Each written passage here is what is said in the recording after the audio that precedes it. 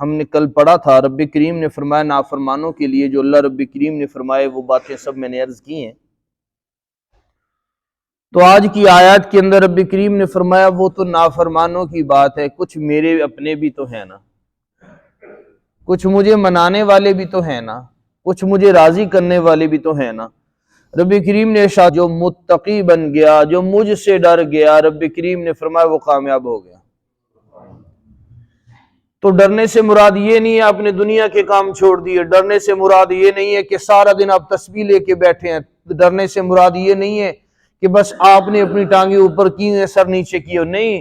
معاملات زندگی میں جب بھی کسی گناہ کی طرف ہاتھ بڑھتا ہے، تیرا رجحان اور ملان بنتا ہے تو تیرے دل میں بات آ جائے میرا اللہ مجھے دیکھ رہا ہے، سیدھی سی بات ہے۔